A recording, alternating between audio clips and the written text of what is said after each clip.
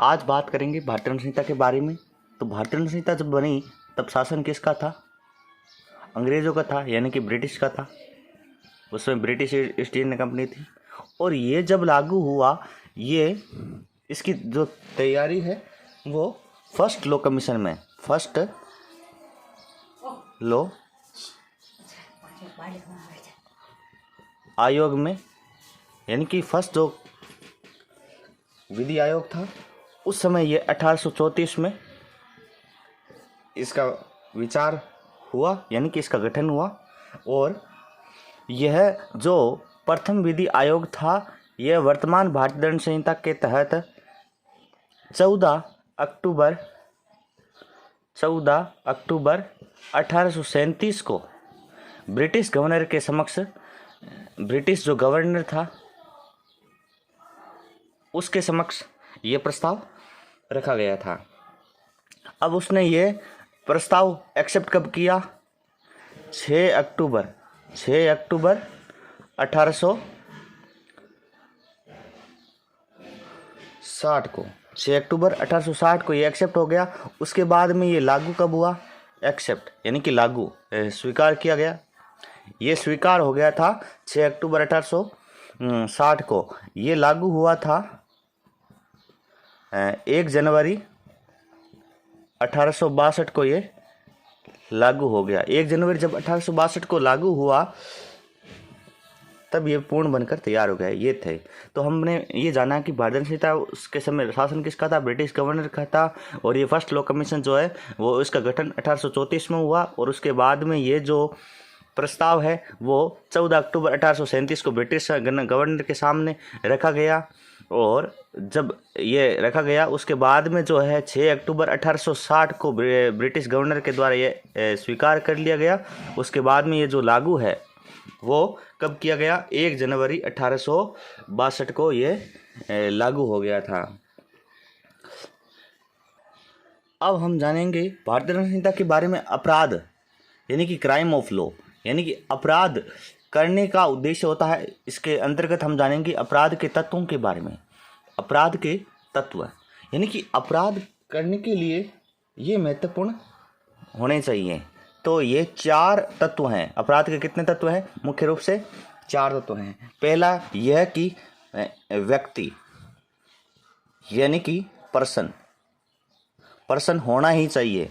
अगर पर्सन व्यक्ति नहीं होगा तो अपराध कैसे होगा? और अगर दूसरा है दुराशय, जिसे हम इंग्लिश में मेंसरिया, जो विधि के विद्यार्थी हैं वो ये भली भांति जानते हैं। तो मेंसरिया क्या है? मेंसरिया की भारतीय दंड संहिता में कोई परिभाषा तो है नहीं, लेकिन इसके कई शब्द मिल सकते हैं। ठीक है। और तीसरा जो है वो है कार्य या लोप। कार्य या लोप का होना अति आवश्यक है, तभी वह अपराध माना जाएगा। और इसे एक्ट और ओमिशन।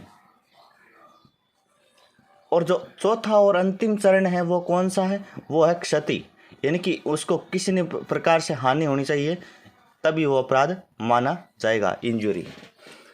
अब बात करते हैं कि ये अपराध के तत्व हैं। ये जो व्यक्ति है ये भारतीय दंड संहिता की कौन सी धारा में? तो आप कहेंगे कि सेक्शन 11 में इसका उल्लेख है।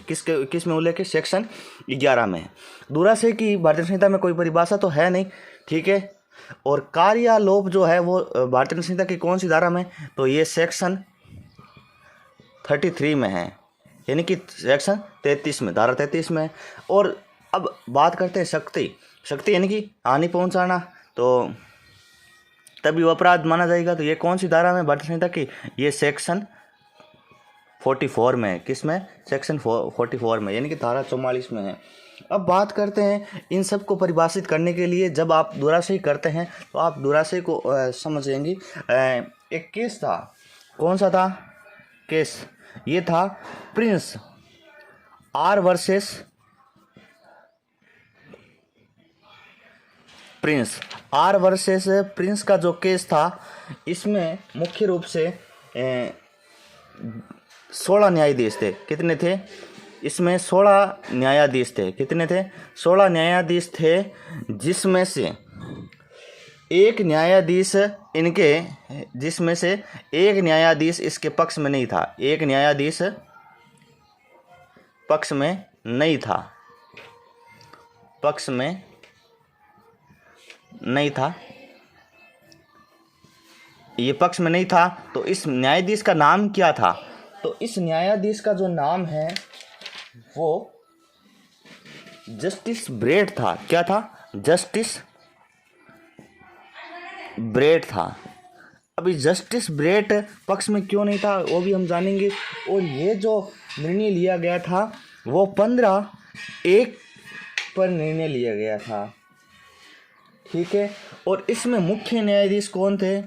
मुख्य न्यायाधीश जो थे, मुख्य न्यायाधीश, अब मुख्य न्यायाधीश कौन थे? तो मुख्य न्यायाधीश थे मेलबर्न थे। कौन थे? मेलबर्न। कौन थे? मुख्य न्यायाधीश थे मेलबर्न। मेलबर्न जो थे उस समय मुख्य न्यायाधीश थे उस केस में। और इस केस की महत्वपूर्ण रीडिंग क्या थी? महत्वपूर्ण रीडिंग ये थी कि एक लड़की थी जिसकी उम्र वो बता रहा था 12 वर्ष, लेकिन एक्चुअल में उसकी उम्र कितनी थी? 16 वर्ष। तो इस संबंध में ये केस बना गया था और वह उस लड़की को भगा कर ले गया था, जिसमें पूछा था न्यायाधीश ने, तो उसने जवाब में ये कहा कि उसकी उम्र 12 वर्ष है। तो पता चला बाद में कन्फेस करने के बाद में, तो बाद में वह कन्फेस कर लेता है कि उसकी उम्र कितनी थी? 16 वर्ष थी। 16 वर्ष नहीं, 12 वर्ष थी। 12 वर्ष थी। और इस संबंध में ये जानकारी पाठ संहिता के रूप में मिलती है।